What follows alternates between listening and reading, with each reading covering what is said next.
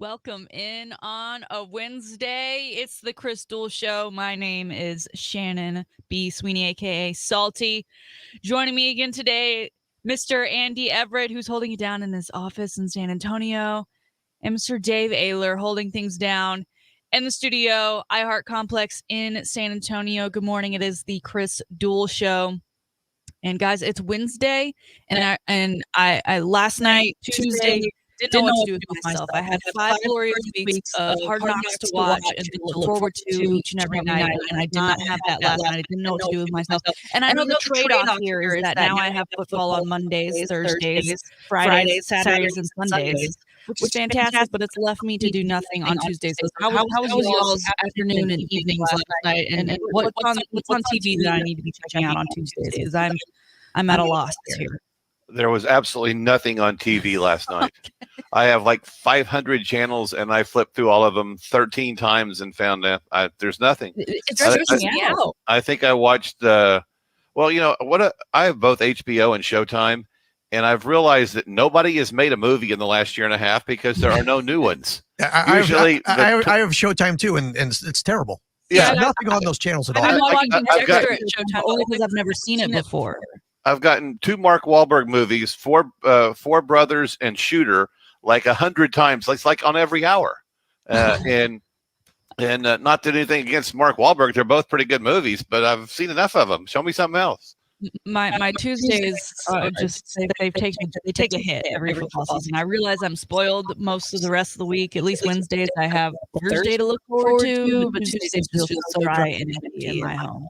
And I think Tuesday is the only day that Gordon Ramsay doesn't have a show on. He did, right?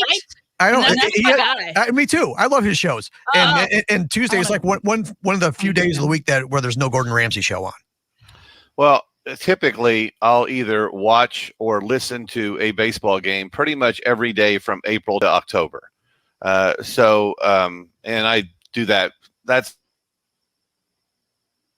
actually baseball phone on my app on my phone.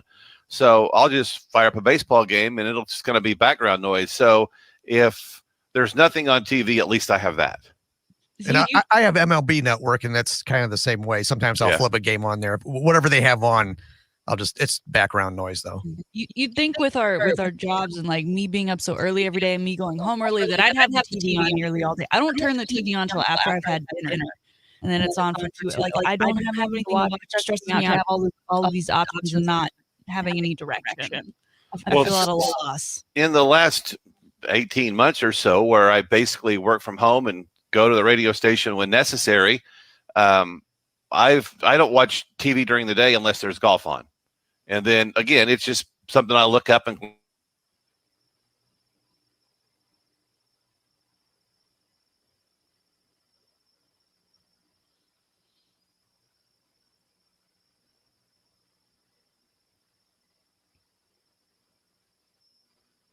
all right, well, we've got that to look forward to. And Texas fans did get a little something yesterday as Demarion Overshown and new QB1, Mr. Casey Thompson, spoke with the media. Casey spent a good 15 minutes with the media yesterday, and we did learn a couple of things. Of course, he actually said that this is going to be his first start since November of 2017. So it's been a long time coming for Casey.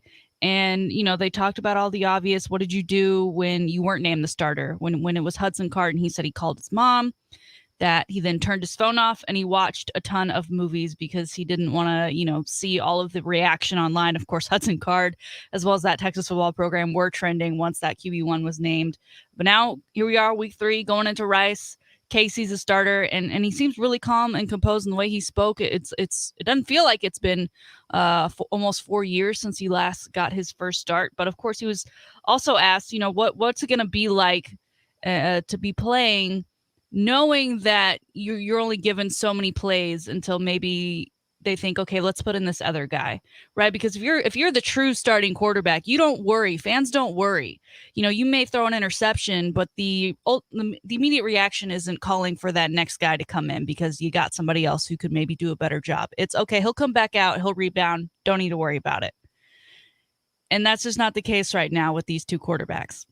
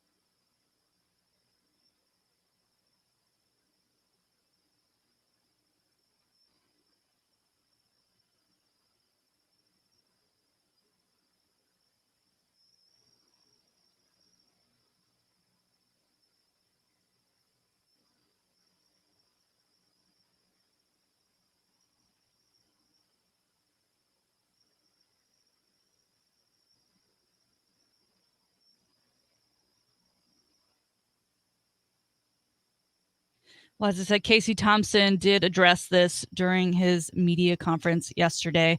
We'll give it a listen here.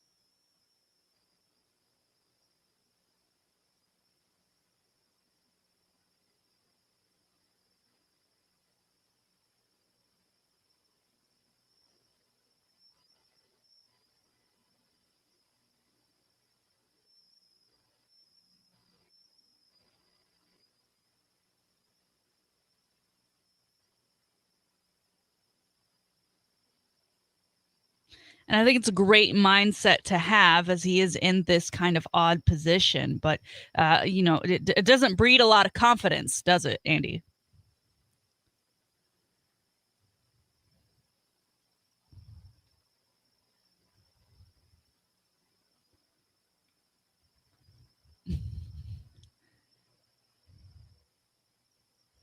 Mm-hmm.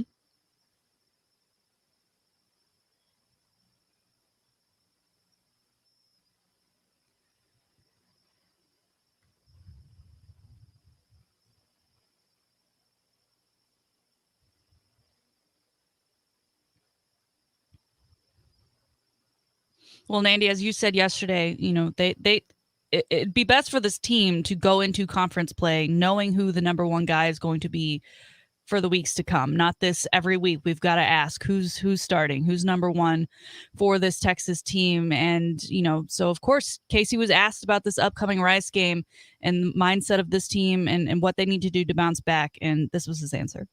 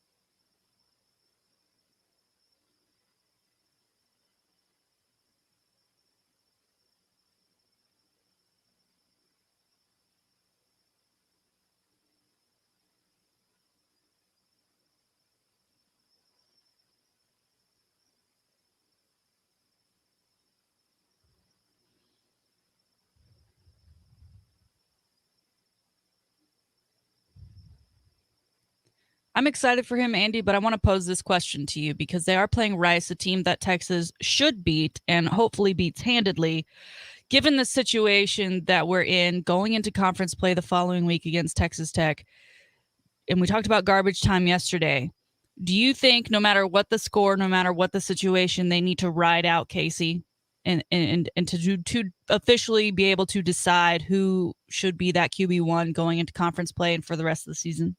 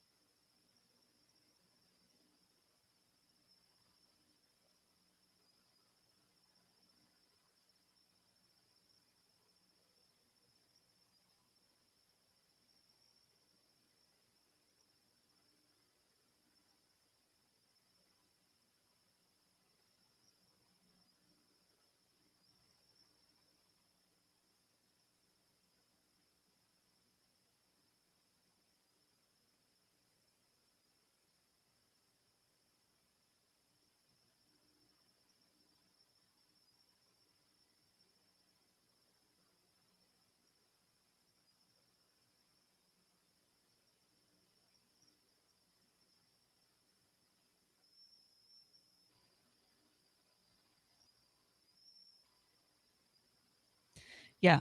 Patience and Texas fans don't really go together. They feel like they've been patient for the last 10 plus years, and they want it now.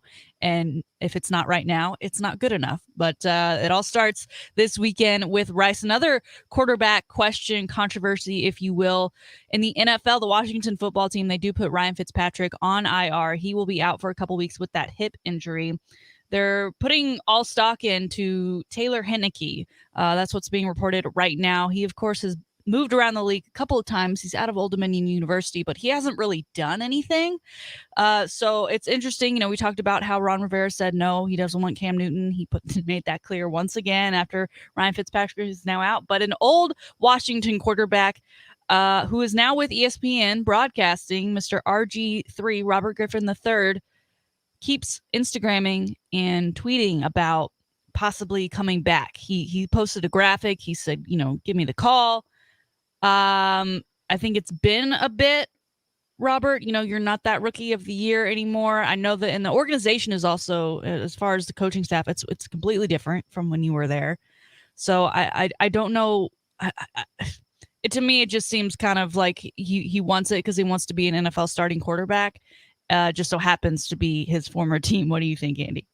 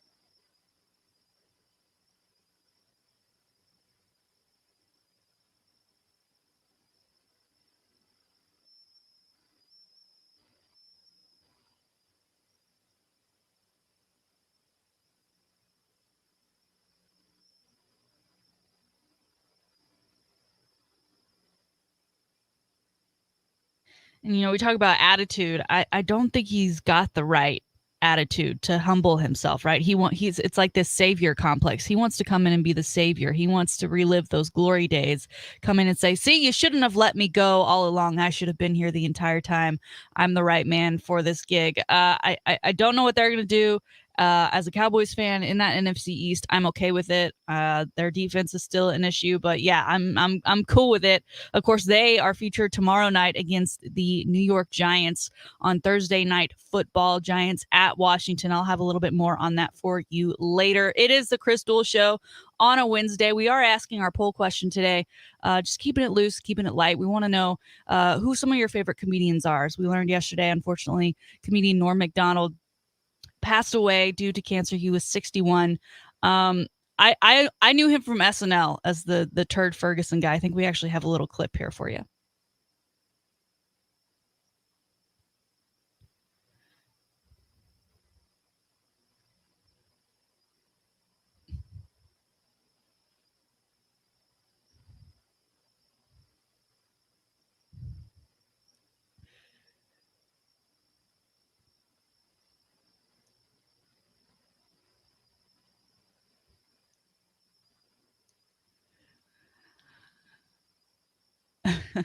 A beloved comedian, and man, he's certainly going to be missed. So yeah, we're just asking you who your favorite comedians are, and if they have stand-up specials, go ahead and send those too, because like I said earlier in the show, I need things to watch, and I think we all love to sit down and laugh. I'm never not in the mood for a comedy, especially a stand-up comedian. So we'll get into it. As always, you can give us a call, 1-800-707-9760, sports, life, whatever you want to talk about. We're here for it. Got a great show for you today. Later in the 8 o'clock hour, we've got our man, Spurs Radio, Mr. Bill Schoening, the voice of the Spurs. We will talk to him about all things NBA, hoops, college football, of course, the Texas Longhorns, UTSA Roadrunners after that historic win, a salty shakedown, sports history, sports birthdays, and coming up next, your high five play of the day. It's the Chris Duel Show.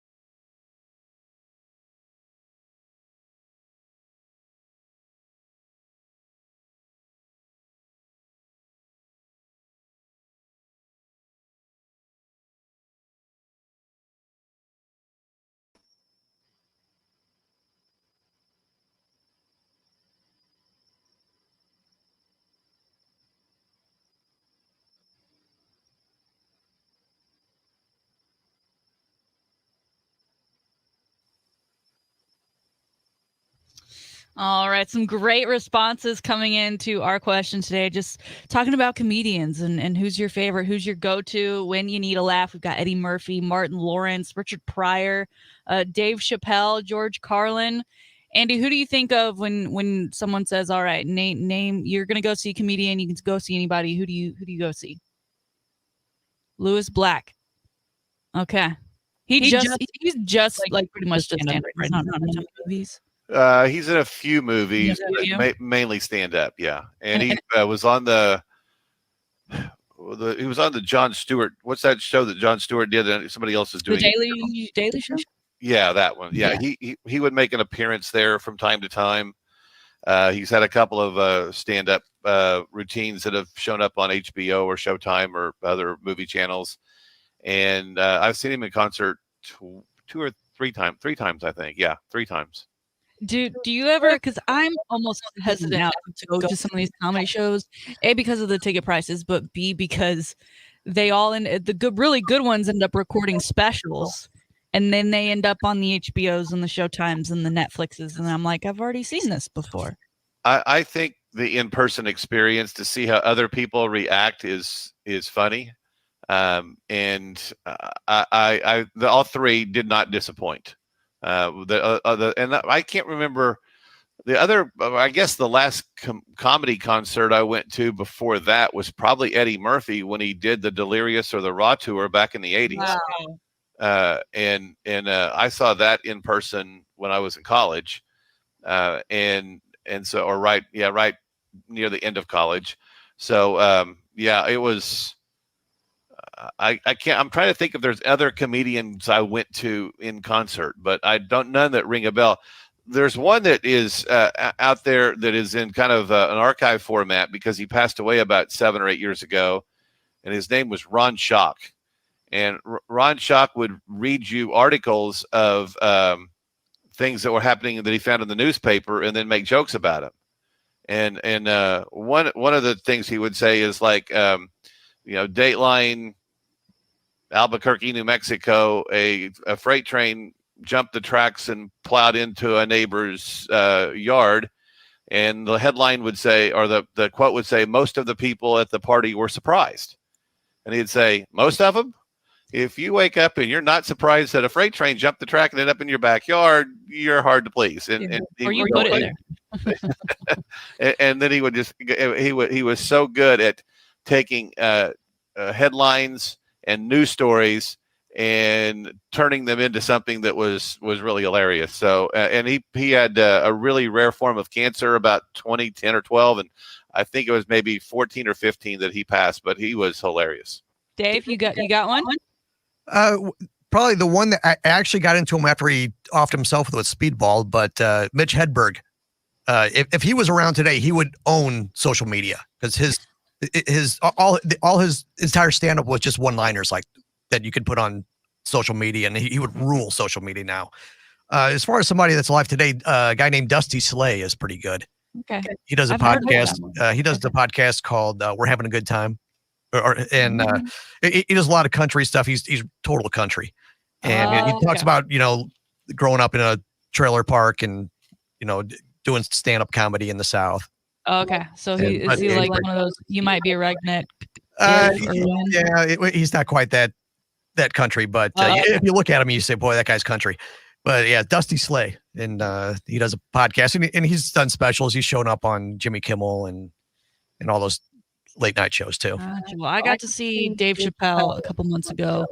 I guess really more than that now. At the end of 2020, and that was such an experience. I mean, he is. I would say the current king of comedy, just as far as the name in itself and what he's done and his whole comeback. And then in a couple weeks, I'm going to see Fortune Feimster, who is in town for the Moon Tower Comedy Festival, a great festival that comes to Austin each and every year. So there'll be a lot of great comedians in town. We'll get into this more. As I said, it's our Twitter question for the day. So just hit us up online at Ticket760 at AN1300 and let us know who are some of your favorite folks. And if they've got a special that you think we should see, go ahead and give us the name of that too. But Chris Rock, yeah, he'd be great he just had a special, I think, that came out not a couple years ago. It's older stuff. Yeah. He's always a good one, and his movies are pretty great too. But let's get into it now. Today's high five play of the day. All right, LeBron James going to be entering his 19th season.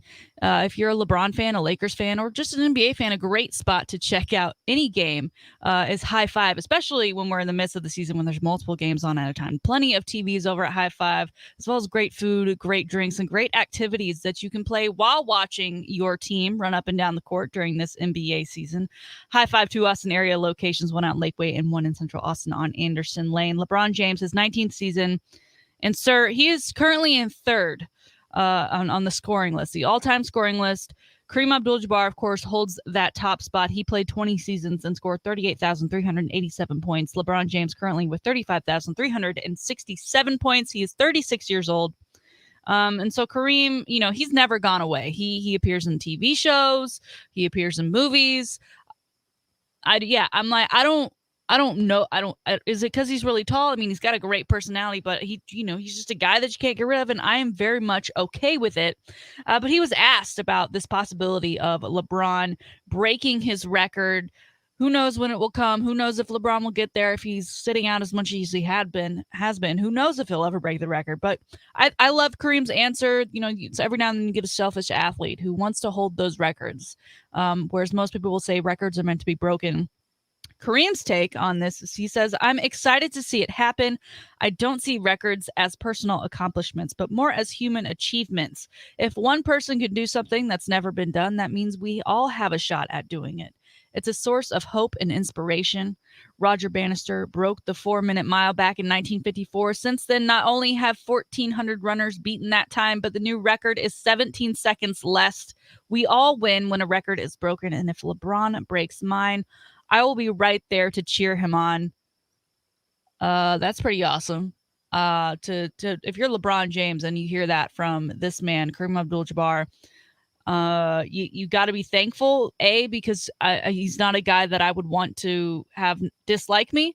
But also, I think it's important for LeBron to hear this, because I think early in LeBron's career, he would have been a guy who he wants to break the records and keep the records and set them so high and so what would seem unattainable to anyone in the future that he feels like he would live on in infamy. And I think now the LeBron, even though he's still very much all about LeBron, I think he's a little bit more humbled in the fact that he is bringing up teammates now and understands that he's not the all-around guy that he once was.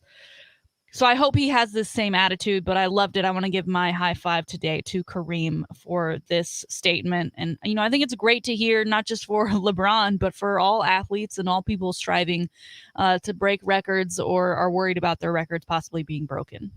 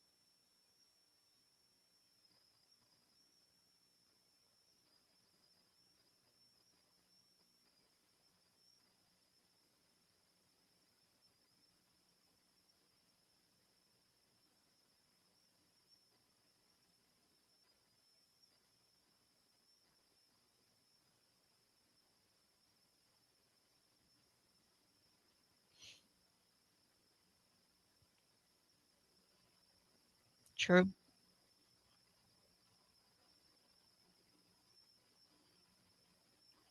Mm-hmm.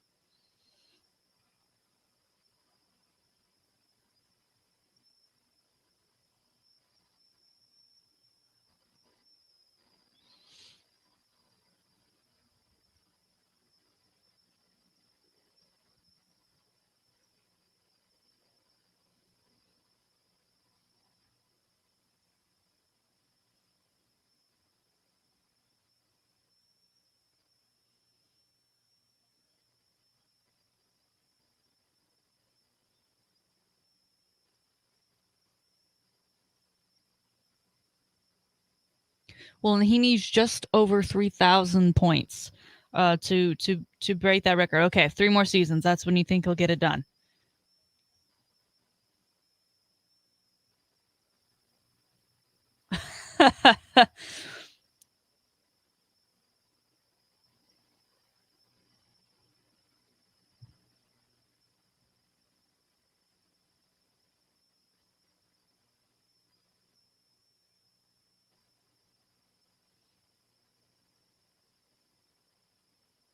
All right.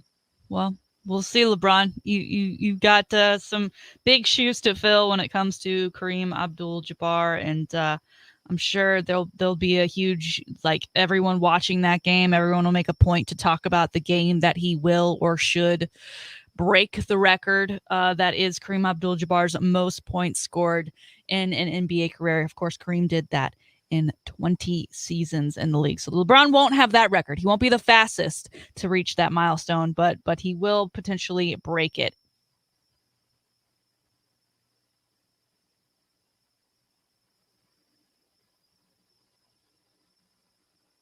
Yes.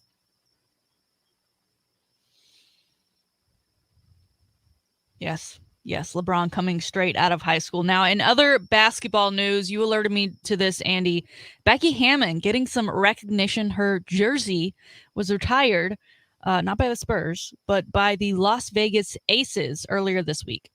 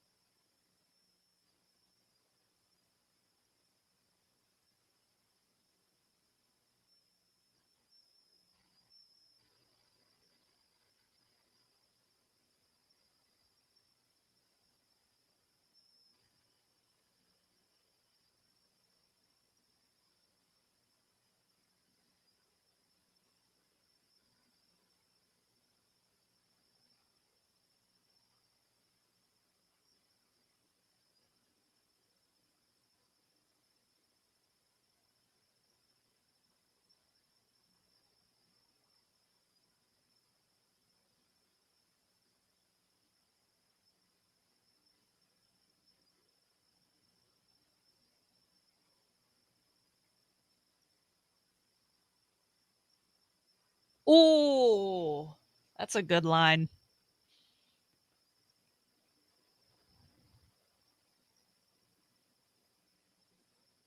Yeah, she, for what she's done so far and what I think she will eventually accomplish, I mean, her name on the back of a jersey should probably be hung in all basketball arenas for the quote unquote glass ceilings that she's breaking and what she's doing for women in sport and just, the general accomplishment, man or woman, that she's been able to do in her career in basketball and coaching on the floor and off the floor.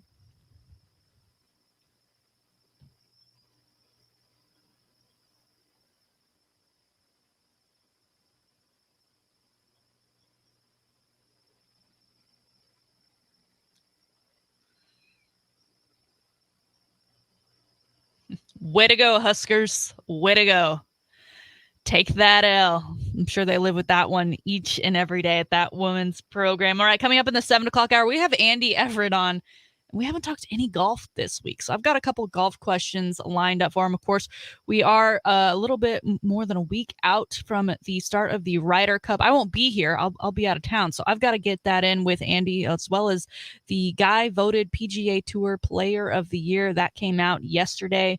And any Tiger news. I mean, we haven't heard about Tiger in a while. Wondering where that recovery is, if Andy has any insight into that. And maybe some more on the Masters. I think maybe we've got some more ideas to work you in to get into the Masters at some point. because you're deserving of it. And I just, maybe if I can get you there, you'll take me as a +1. I don't know. Maybe this is all selfish on my part. Again, you can give us a call, 1-800-707-9760. It is the Chris Duel Show on AM 1300 The Zone and Ticket 760.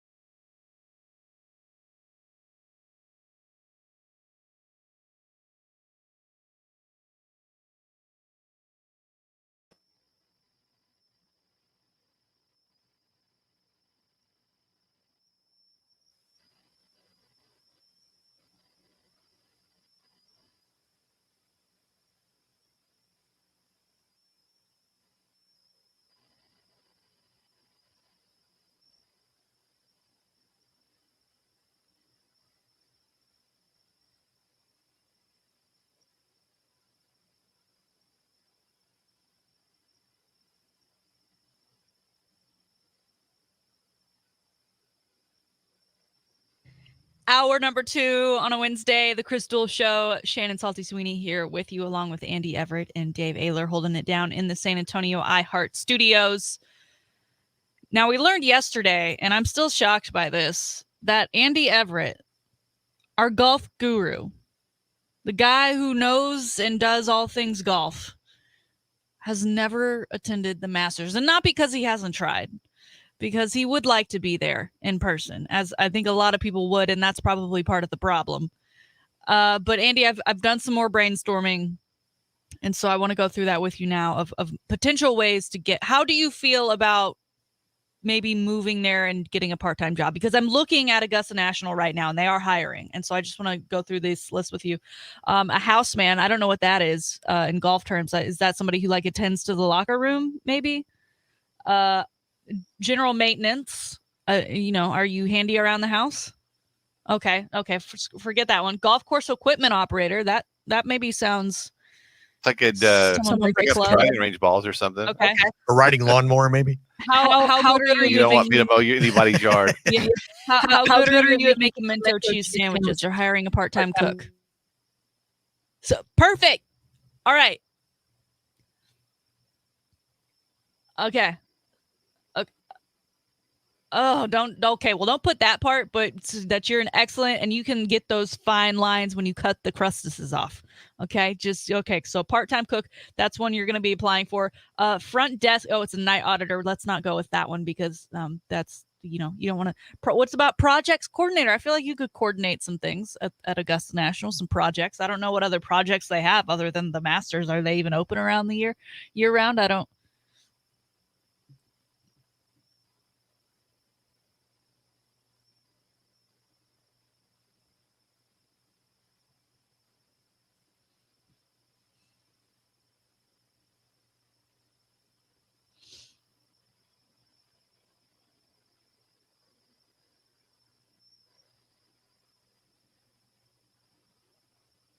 Okay. And go ahead.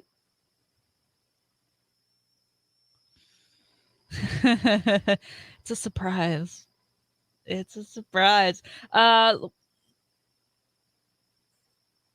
We've also got a landscaping technician and a turf management. I assume because I've seen videos of people like they lay on their stomachs and they clip that grass with one pair of scissors, one blade at a time.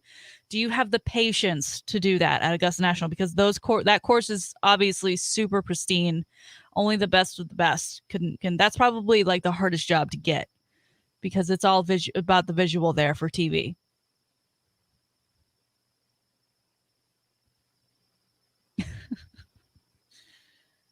And all right, finally, are you okay to be an intern? I mean, the spring intern is the perfect time of year for you. Product development and design intern, you could learn a lot. Maybe that would be your way in, your foot in the door. But you got to be okay with being an intern at Augusta National. Okay, so we have some options here: the internship or just being a part-time line cook for those pimentos. That's right, and whatever, or even maybe I don't know, like cart. Maybe, could you see Andy driving around with the cart, Dave? See, when I was a kid, I grew up on a golf course. When I was 13, they had this program where and I'm sure that it's completely illegal to do now with all the different laws we now have. But I'll tell you a quick story. When I was 13, you worked 4 hours a week and basically did whatever the head pro told you to do. And your pay was free golf. And you got to play as much golf as you could when the course wasn't busy during the week. When I was 15, I got elevated to the restaurant and then eventually the cart barn and the driving range and the starter, and I worked behind the desk. But there was one time, and I guess I was probably 17, so I was a junior in high school, and we had these golf carts. They were made by the Melex Corporation, MELEX, and they were deteriorating, because they built these with the battery wells with actually sheet metal in them. So when the batteries would corrode, they would rust out the bottom of the battery wells, and the batteries would fall out as you're driving down the fairway. So the city wasn't going to replace the carts, so they said they were going to fix them. And the guy that was in charge of fixing them, like day one of fixing, ended up with a heart attack and had to go into the hospital.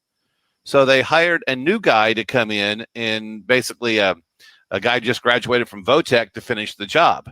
Well, he wanted to play more golf and he wanted to work. So one day I'm working the cart bar and he said, "Hey, Andy, have you ever used a blowtorch and a welder?" And I said, "No, not really." He goes, "Come learn." So he gave me about a 15-minute lesson on how to use a blowtorch and a welder and said, "We're not busy out there today. Why don't you take care of these carts? I'm going to go play golf." So at 17 with zero training, I was cutting out the bottoms of carts and welding them back in.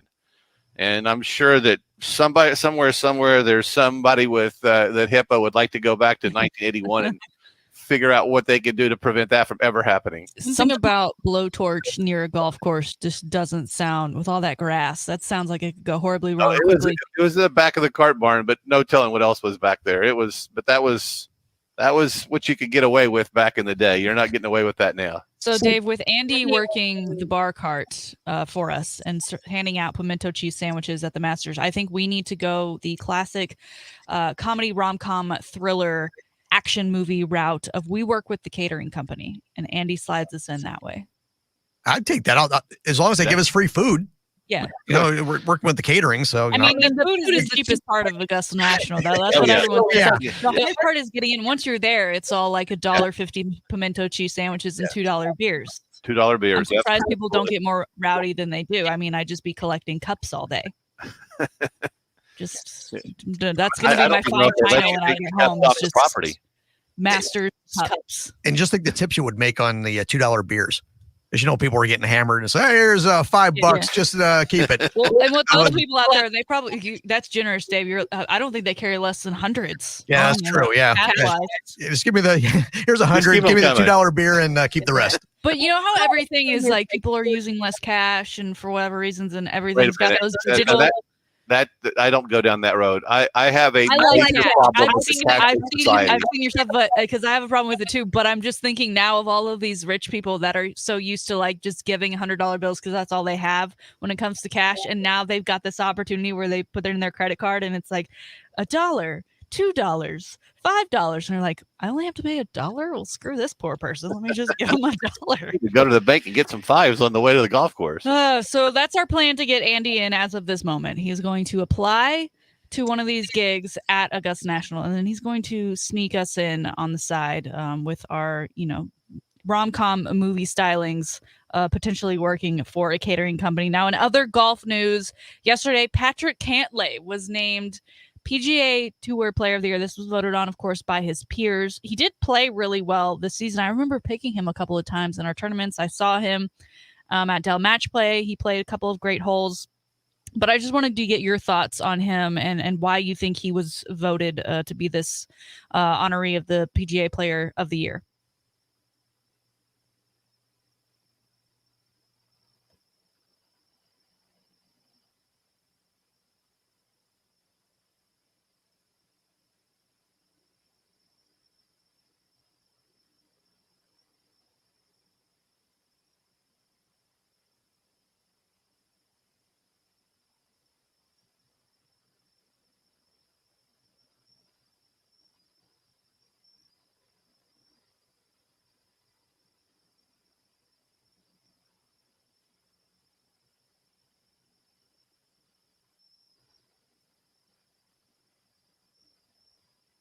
Now, is it Steve Stricker or Stricker as the Stricker? Okay. Well, he, of course, the Ryder Cup captain, and so he's been talking about that a lot.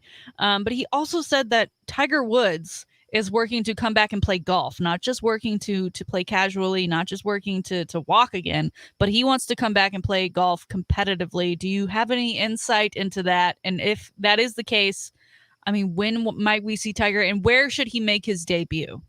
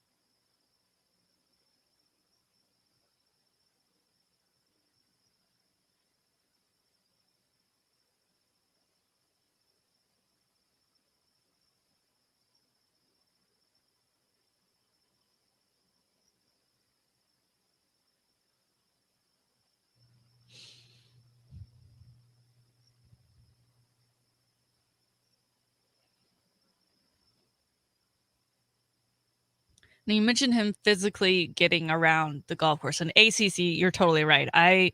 Listen, when you walk into ACC and you come in by the water and then you kind of walk up to the practice area and the first tee, like I will not do that more than once. If we come back down, we are not going back up. That's how it rolls with me at that tournament. And so in thinking of Tiger, and how on tour you don't use a golf cart, but because he's Tiger Woods and because he is the draw that he is, if he were to either make that a condition for himself or even the PGA possibly offer him, listen, come play, we'll let you do go, not a chance because Tiger doesn't want it or because the PGA is that stick on it, because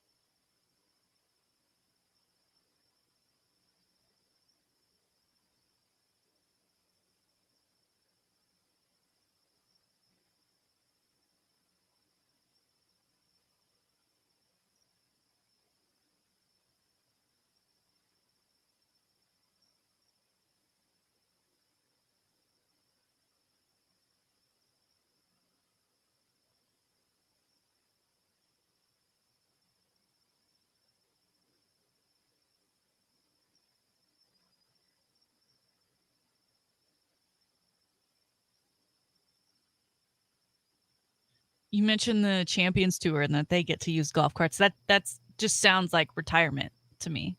And also it excites me to see Tiger in that league, not because that means he's getting older or he's out of the PGA Tour, but to then go run the table at to bring that to relevancy, because I see that on sometimes I'm only going to change the channel. Like, who are these old people?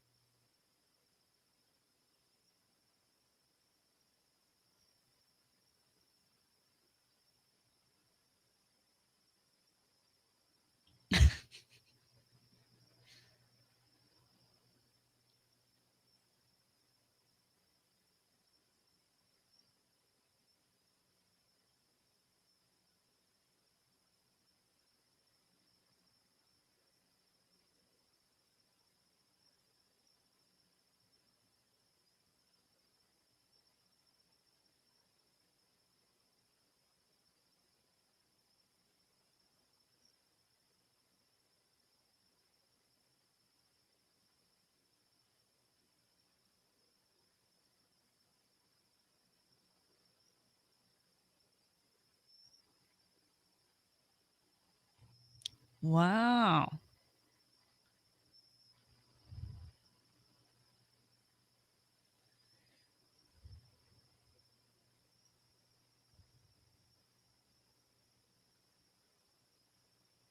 Mm-hmm.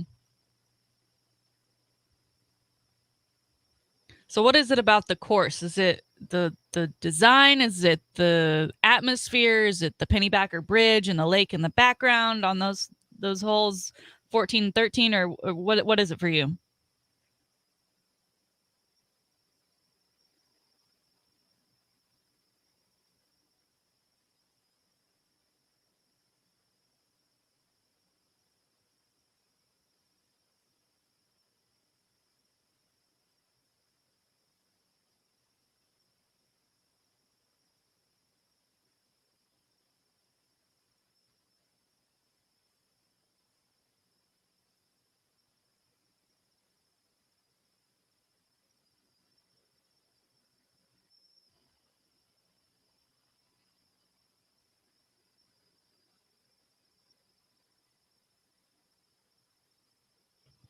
Wow.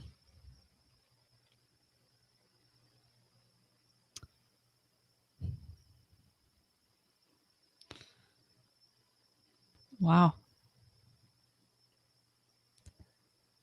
High praise from Andy Everett. And Andy, I don't know if you were aware of this, and I don't think it's a secret because our name is now on the sign out front of the new iHeart Austin building, but it's right across the street from ACC. Yeah, how convenient. How not? You could walk there. You could walk there.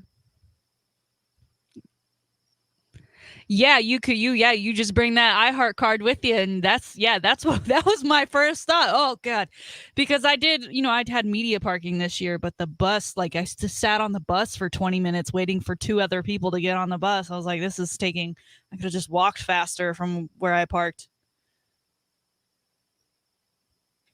360, yeah, it's in it's part of the church parking lot. Well, I want to get to this real quick. We do have the Ryder Cup coming up next week, and Steve Stricker, of course, the captain. Now, what makes the Ryder Cup so exciting, right? Because you think of Augusta and it's all prim and proper, and then Ryder Cup, we've got players shushing one another in this competitive atmosphere. What about that brings out that kind of competitiveness, and why is that tournament allowed to be what it is?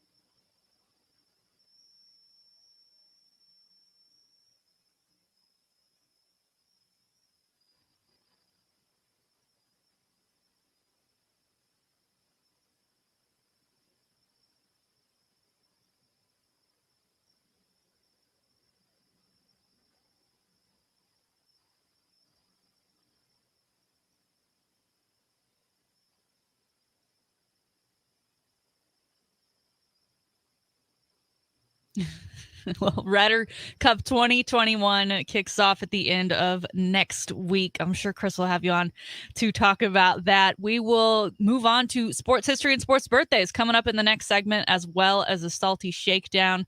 Make sure you hit us up on Instagram, Twitter, Facebook. Give us a like, give us a follow at Ticket760, at AM1300 The Zone, and at Andy Everett, Ticket760, and at Shannon B. Sweeney. We're always there. We're always entertaining you, even outside of the hours of 6 to 9. So get over there, give us a follow, give us a like.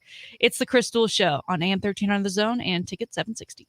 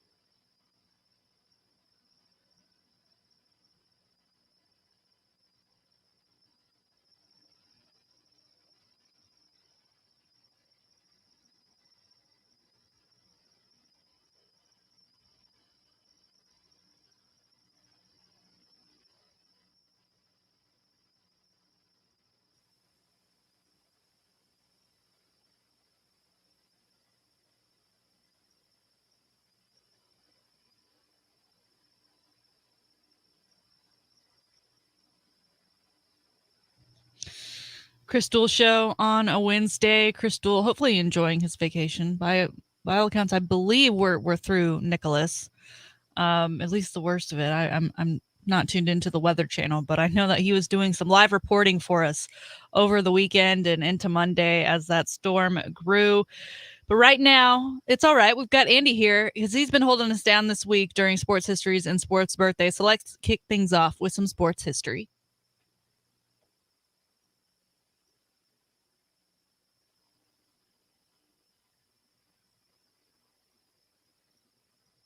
I've only ever heard him refer to her as Cookie.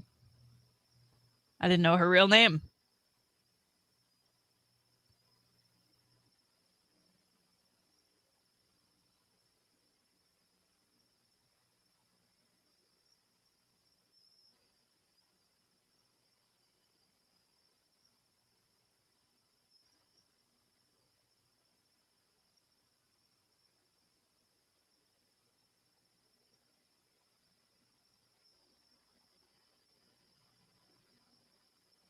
He's a pretty big deal, you could say.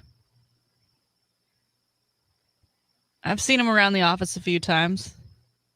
He comes in to record some commercials.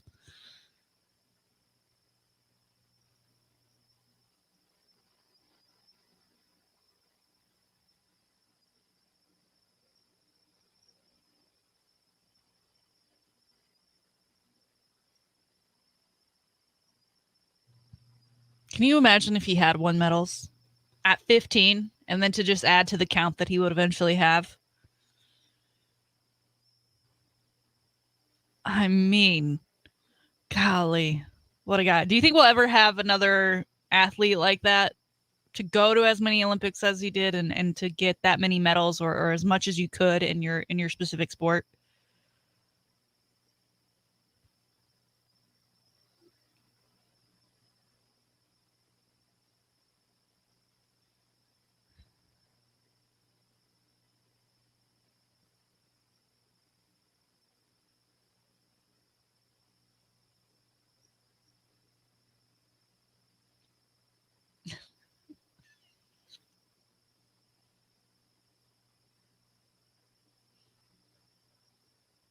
There you go. All right.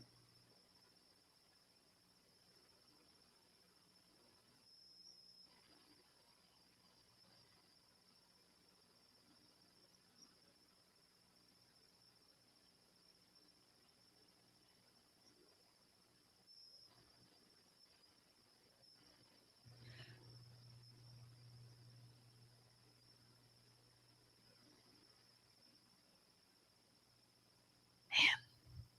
60.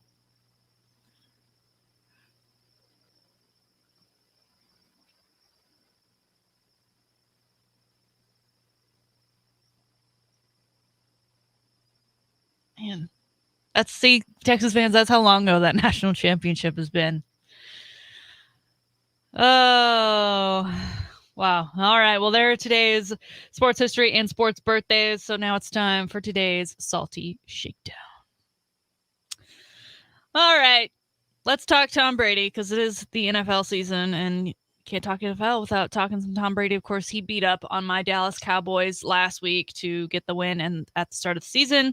The Bucs are now 1-0, and as we know, Tom Brady, very into social media these days. He's got a full video team that works with him, and so he's constantly releasing hype videos prior to games, and then he releases recap videos following games. And so yesterday, he tweeted out a video and Instagrammed a video that just had the letter W attached to it. And then the video was him talking about how great the win was, that they're starting 1-0. He's looking forward to the rest of the season. And then it goes on to highlights from the Cowboys game that I could not bear to watch over again and relive that moment. But because people are, I don't know if it's because they're crazy or they just love to read into things. And who knows if this is even what he was doing or it was intentional. So I want to get your take on it, Andy.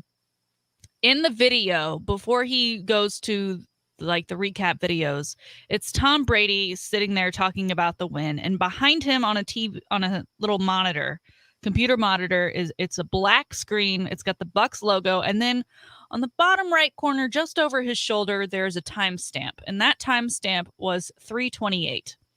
People now believe that is a shout out, a little callback to that Falcons Super Bowl in which the or then Patriots came back to win 34-28 to beat the Falcons. Of course, they were down by a lot at one point, and the Bucs just so happened to play the Falcons this weekend. So people are trying to tie things together by saying he purposely had that timestamp there.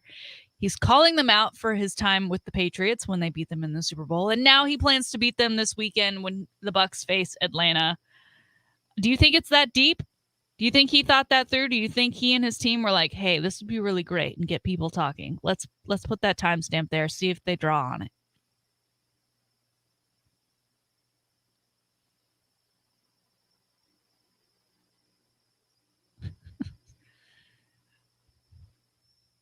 Matter of coincidence? Yeah.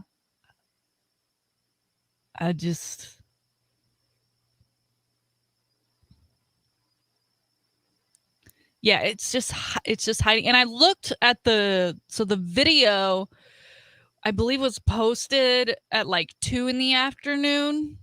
So I don't know if this video, if it was recorded that day, then okay, yeah, they definitely did it. But if it could have been recorded. I mean, that game with the Cowboys was last Thursday. Who knows when they recorded that video? And it also, I mean, just to add insult to injury, he was wearing the new shirt he's selling on his website where he's always about the next ring. So it's got all his 7 rings on that shirt. And of course, one of those came from a game against the Falcons. So if you're reading into it, I guess we'll need to pay closer attention to all of Tom Brady's videos if that in fact was a choice made by his team, by him and his team to make that little troll throwback comment or timestamp post. But I think maybe people are just reading into it a little too far. Maybe circumstances of coincidence here.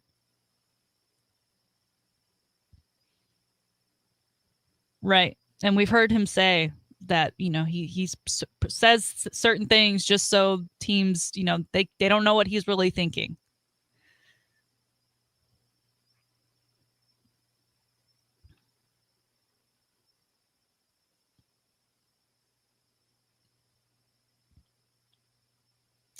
All right, keeping it with the NFL, we're going to move to Carolina. Now, they haven't been super notable in recent seasons. Now they've got a new head coach out of Baylor, Matt Rule. And so he's kind of helping to bring that program a little bit back into relevancy. They, of course, bring Sam Darnold in from the Jets. And they just so happened to open the season against the Jets. Sam Darnold gets his revenge as a Carolina Panther. But it was the stuff that happened before the game that made headlines, right? Because Jets versus the Panthers doesn't really get a lot of the juices flowing for other fans of the NFL. It's not something that they think, oh, let me tune into that. Let me see how those two teams are doing. Maybe they'll look different this year. They probably won't, but maybe they will. Well, Carolina, being the Panthers, decided to get digital and get experimental on its fans, and they released a mixed reality Panther. I don't know if you've seen the video, Andy. It now has over 9 million views of this reality Panther that ran through the stadium. It started outside, it was rumbling, and then it pounced into the stadium. It went onto the top of the scoreboard. It grabbed a Jets flag. It tore it up in its mouth, and then it ran away. If you were in the stands, apparently you felt the rumble, and then if you were watching the Videotron, you got to see it. But it was as if it was live, right? There were people on the field, there were people in the stands. It was happening in front of them. Of course, if you were there in person, you didn't see it, but on TV and online, it looked very, very real, except this Panther, to me, it's got green eyes. It looks almost alien-like, not just because of the green eyes, but the body. I mean, for a while, it looks like a ghoul almost. It's very Halloween to me. It looks less like a panther and more like, I don't know. It just doesn't look real enough as a panther. It looks real as like, okay, there's a thing moving around the field and terrorizing the place. But as a panther, I'm kind of lost, and therefore I don't think it hits as hard as people are claiming that it does.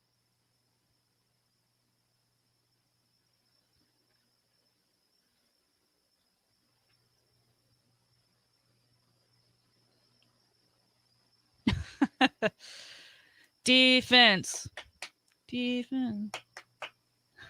Kiss cam.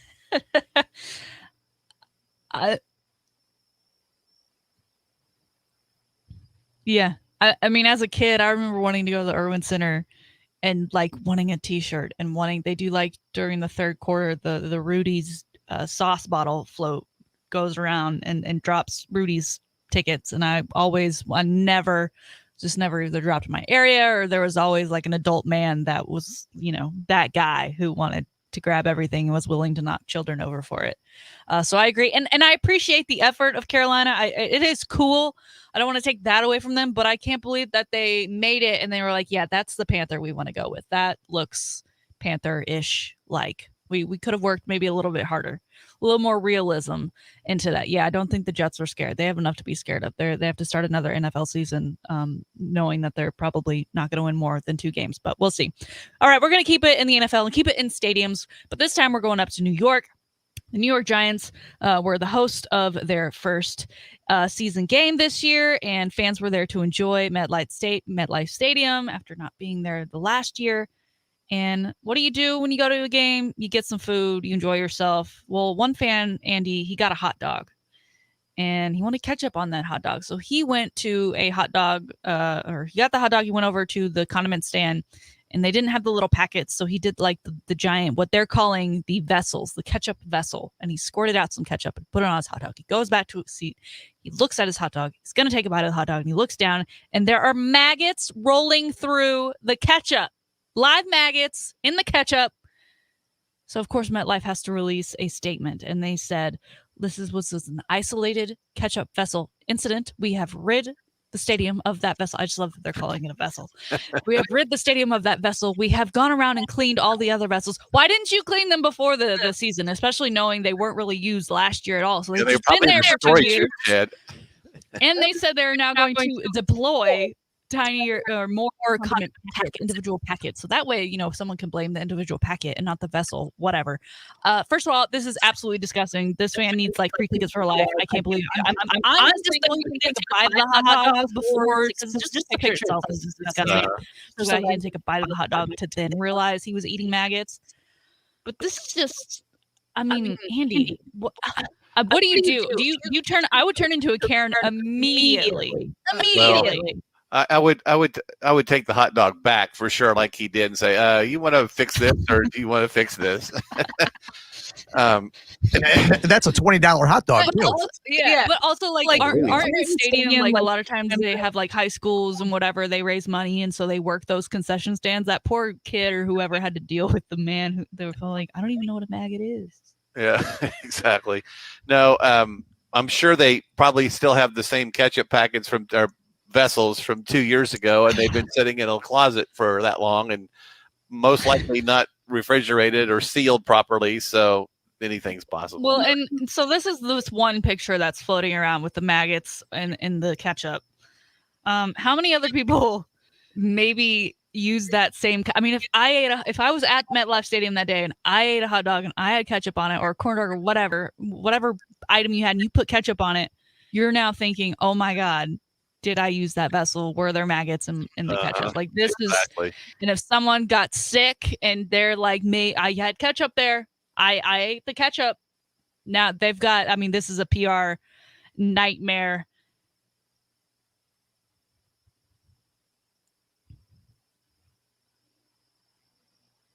I don't know. I'm not a bug person. I've tried cricket. I did fried cricket once.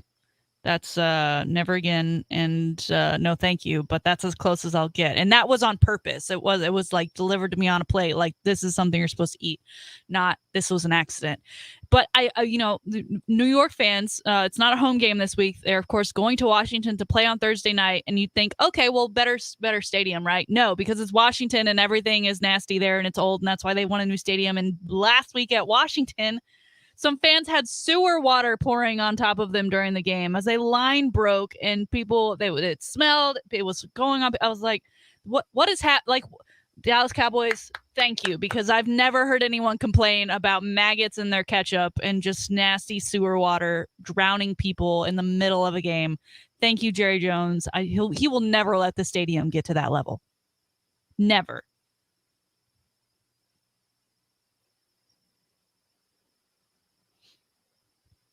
Yeah.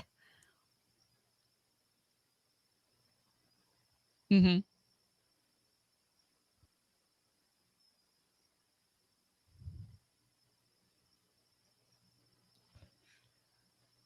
Mm-hmm.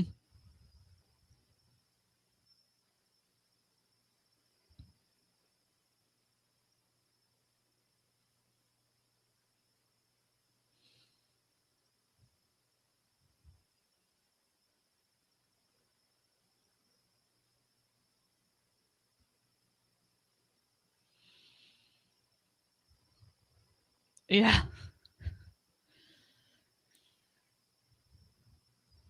Yeah, it's an excellent point. And I think back Texas has had that problem before at DKR. Not on top of people. I mean, they just had, I think, a little, like, there was a section of the stadium where for one game, like the bathrooms, it had to be down. I think Kyle Field had a similar issue not too long ago, but never during like, not on top of people, not people having to sit there and be drenched by this nastiness. And then, going back to the maggots. I mean, what the NFC East, and then we have Philadelphia with the jail. Thank you, Cowboys, for representing well with your stadium. I'm proud to be a Cowboys fan. There it is. Today's salty shakedown. Andy, I'm sorry if I've ruined catch up for you now. For at least stadium catch up. In the vessels. Specifically the vessels.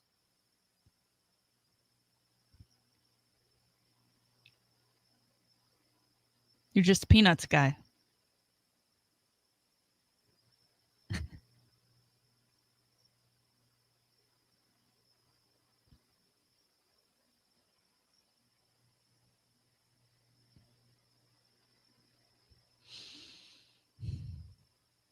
Okay.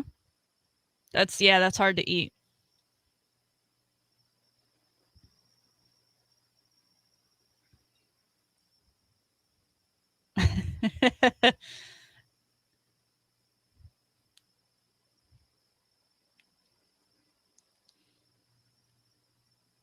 See, if I go into a stadium and they've got like a local eatery, I will walk the mile and a half to get there and miss half of the game. That was me when I was 12 years old. I've done it. I don't do it anymore, but I've done it. I'm good now with just a sausage wrap. That's my go-to at DKR. All right, when we come back, we've got the one and only Mr. Bill Schoening, the voice of the Spurs. We'll talk to him about the NBA. Let's get some college football in there, and we'll ask him what he eats when he gets to go enjoy a game and not call the game. What he enjoys. It's the Chris Duel Show. There you go. It's the Chris Duel Show.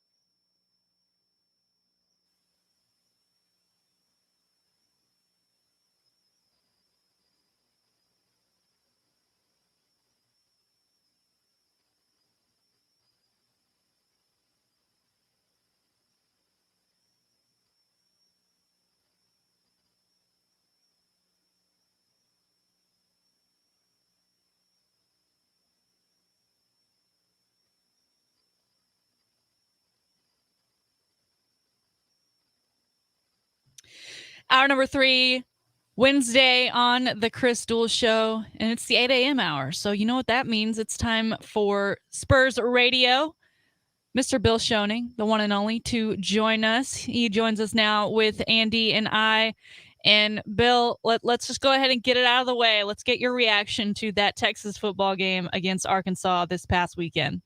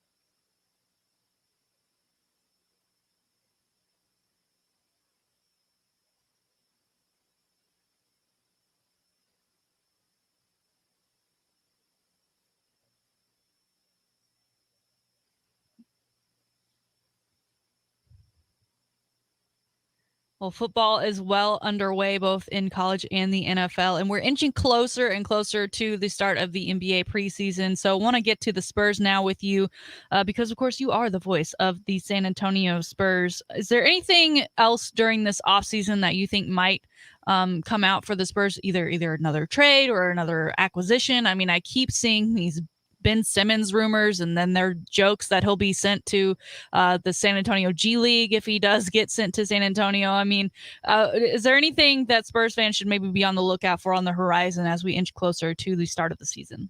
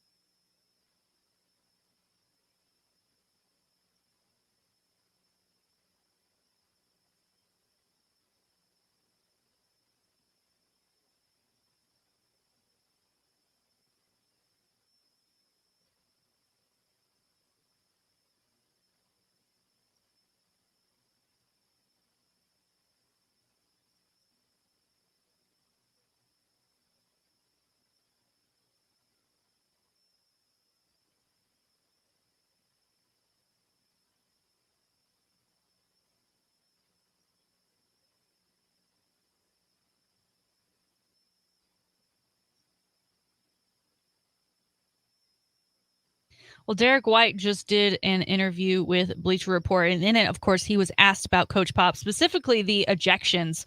And he said that he thinks maybe he's calmed down throughout the years. Maybe it was the mask that he had to wear throughout last season, and the tail end of that season beforehand that maybe kept him a little less likely to run up to the refs. But he did say that that's great because it means that the coach is on our side. He was then asked about Pop's favorite Pop story, and then he mentioned Pop getting ejected in 15 seconds, which he believes is a record. Pop, of course, looking to set a record this season by becoming the most winningest head coach of all time. But do you kind of go with that sentiment that maybe Pop has chilled out a little bit in his later tenure, or was it just the mask with COVID going on? He didn't want to be up all in the ref's face like he has in years past.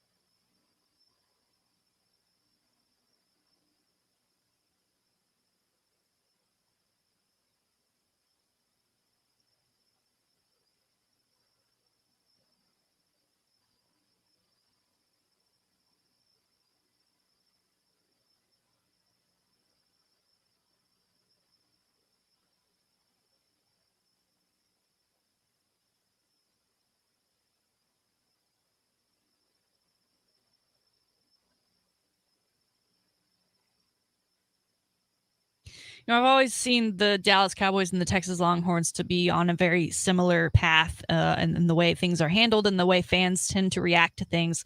And I'm kind of seeing it with the Spurs now, right? With all those championships that all came very close together, a little bit of a spoiled fan base, if you will, because of the success they saw with the Spurs. And now they're kind of in this, I don't want to say slump, but they're on this regrowth and this rebuild with this younger team. They still got a great coach in Pop who is very capable of bringing them up and back into that level and back into that relevancy and winning and not really thinking about whether or not this team might make the playoffs. But in comparison to Texas, how do you see this team and the reaction from fans? What should the expectations truthfully be? Obviously, you want to get to the playoffs, but a lot of prognosticators are really thinking that they're not going to win really much, if any, games to really give them a chance to make the playoffs next year.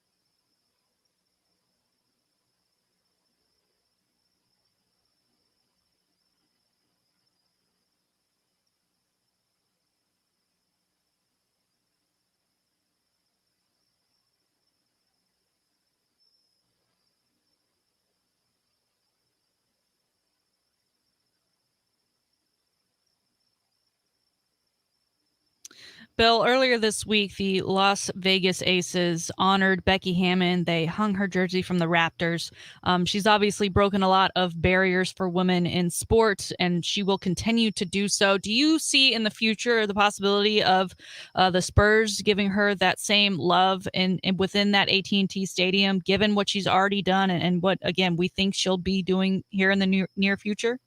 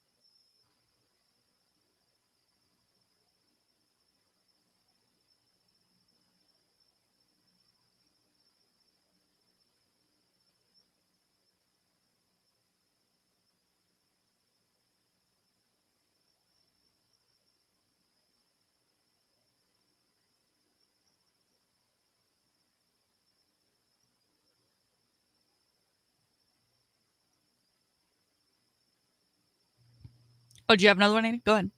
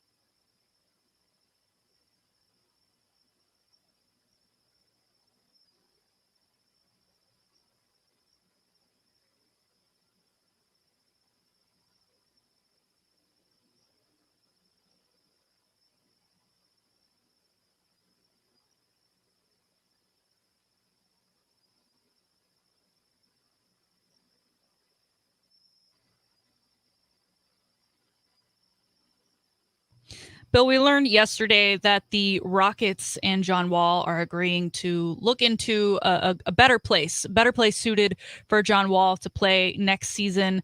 What landing spot comes to mind when you think of John Wall's playing style? And what's going on in Houston where players just want out of there? They come, they stay, they say no thank you.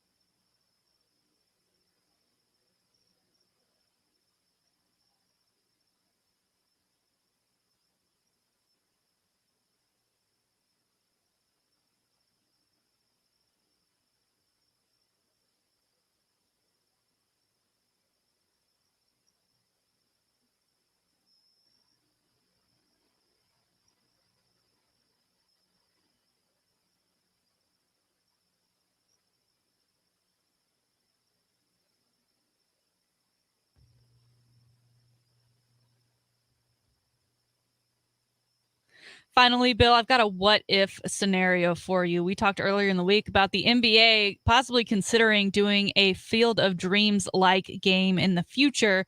Of course, there's a lot to overcome with the elements of what happens if a game is outside, what kind of playing surface, and then what two teams do you pair against each other. But if you were to throw those things out the window, that they didn't matter, the players wouldn't be upset if they had to play on asphalt. They wouldn't care if they had to play in 25-degree weather in Philadelphia. It wouldn't matter if there were fans, or if there were 5 fans, or if there were 20,000 fans. What two teams would you like to see play, and where would they play it?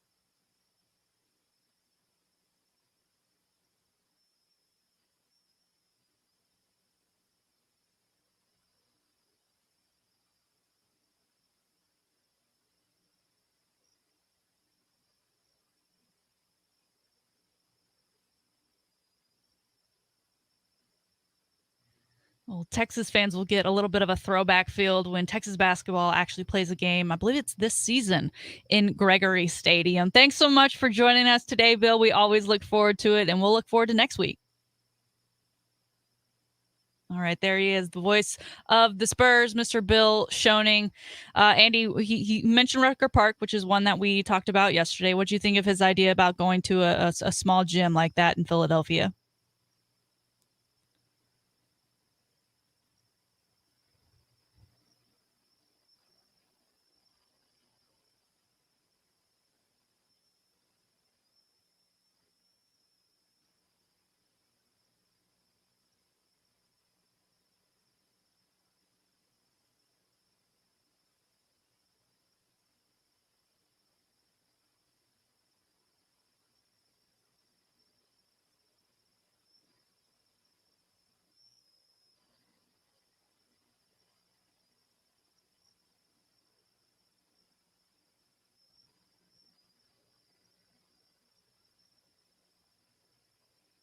All right. Well, you mentioned baseball there. We'll talk a little baseball when we come back with the first team to clinch their postseason berth happening earlier this week. And I don't know, maybe I'll tell you what I like to get at a baseball game. It rhymes with tequila.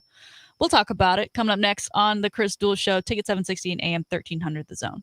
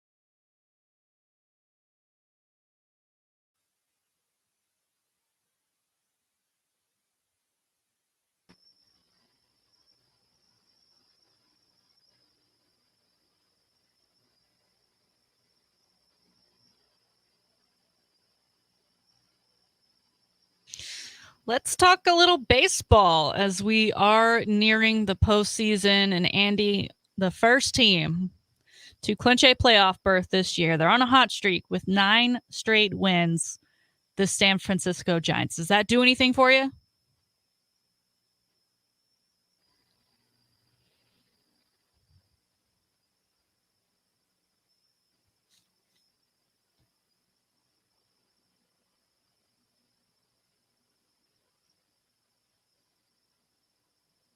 There you go.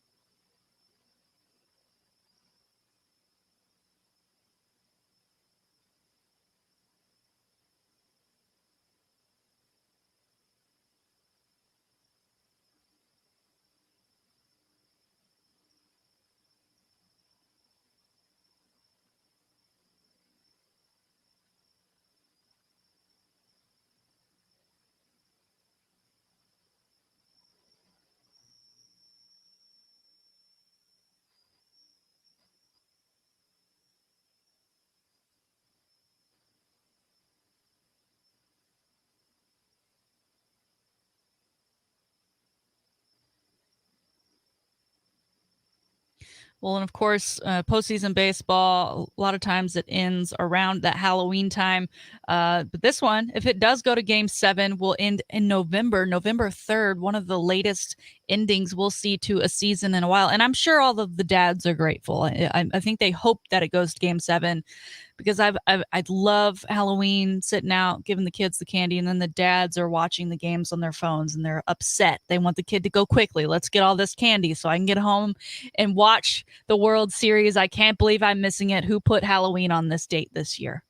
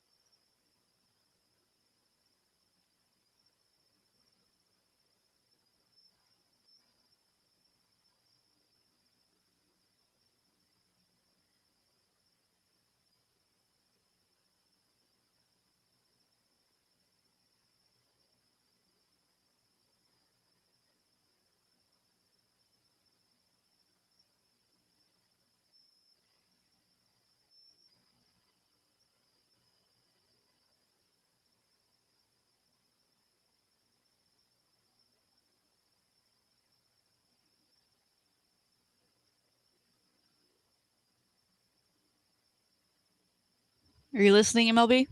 Andy's got some ideas for you. I think they sound pretty good. And for all you Astros fans, they are still looking to clinch that playoff berth. They lost last night to the Texas Rangers 8-1. They play again tonight at 7:05. Moving back to the NFL, we've got Thursday night football action in the NFC East. New York will be at that sewage-filled Washington football team stadium. I still have their old name on the tip of my tongue. It's going to take even longer to get used to than I thought. But we also have some other news. Apparently, during halftime of tomorrow's game, Hard Knocks, the show that just ended last Tuesday that featured the Dallas Cowboys this season, will be making an announcement. They're going apparently to change Hard Knocks. No one knows what that means. It's not going away, so there's nothing to fear about that, but they're going to change Hard Knocks. And Andy, some people are believing that Hard Knocks will become an in-season show, that maybe they'll do both a preseason and an in-season show. The NFL Films did tweet earlier that they have left Dallas. So whatever the change is, as of right now, it's not going to have anything to do with Dallas. But they're making the announcement in the middle of this New York and Washington game. Any thoughts on what might be occurring here for you?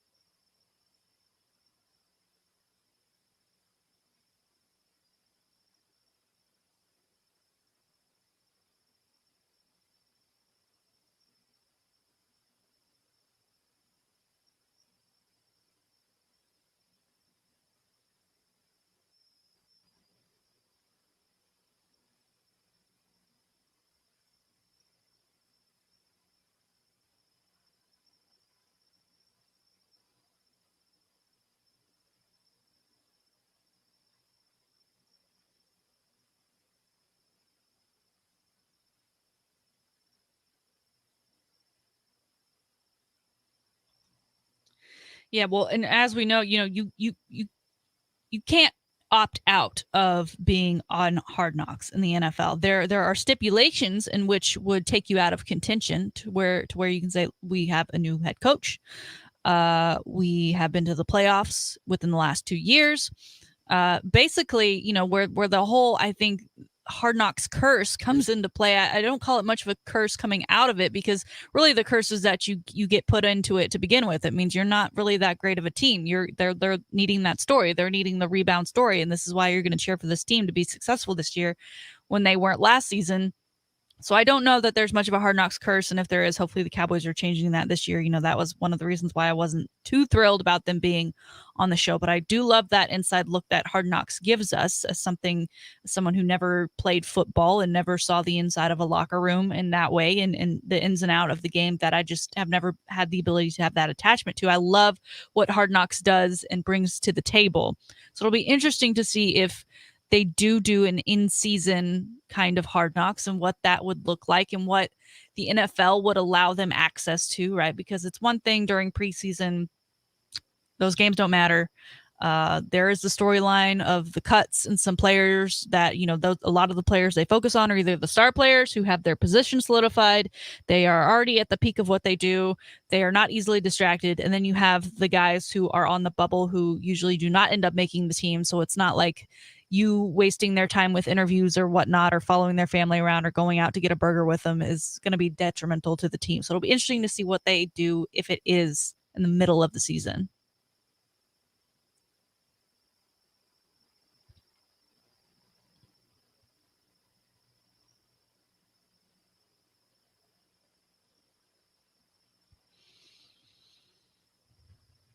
Mm-hmm.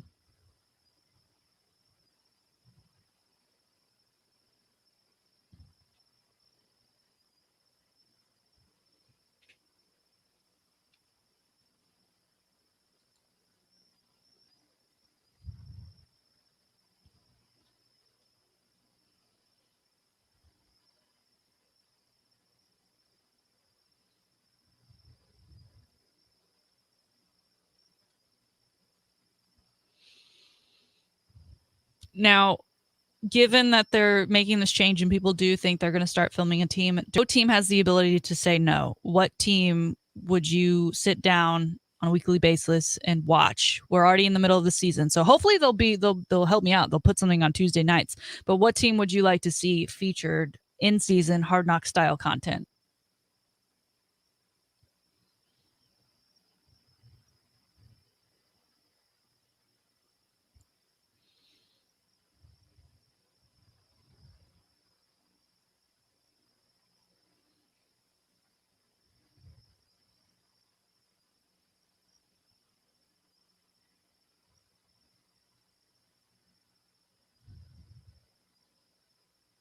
Is there a bad team they could pick? Is there a bad team, a team where you'd be like, out of all the teams?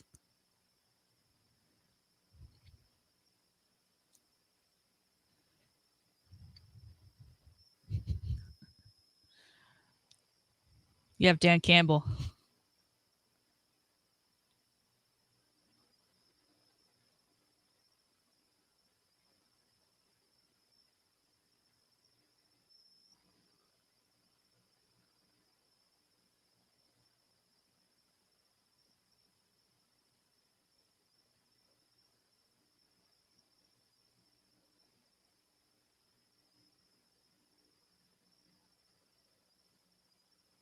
Yep. And we do know those teams do get some say in what ends up on the cutting room floor. I like the idea of the Lions, even though they are terrible. I just love Dan Campbell is a can't miss guy at pressers, and I can't imagine what he says when he doesn't have people in front of him that he knows are writing about them, when he gets lost in the fact that there's cameras up in the corners and he's mic'd of what might come out of his mouth. Could be detrimental to him, but it could be entertaining for the rest of us. So that would be something I'd be into.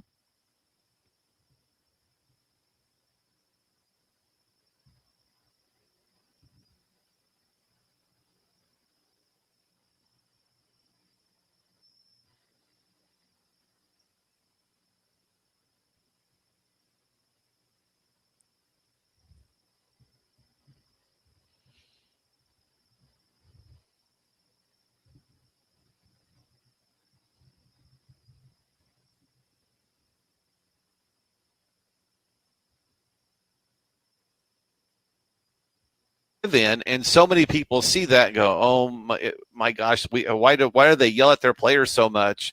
And that's the thing. All of a sudden, it becomes way more than it is. Coaches yell at players. It doesn't mean they don't like them or that they're going to cut them or that they don't want to go eat dinner with them. They're trying to motivate them to do better to win games, and that's just the room that they're in. And when the camera gets in the way, I think it kind of stymies their ability to do that. Yeah. So how about people just stop being soft? How about that? We'll get that announcement tomorrow night during that New York and Washington game, and we'll preview it for you tomorrow on the show. Thanks again, Andy and Dave. It's been a fun one. We'll talk to Paul Alexander tomorrow.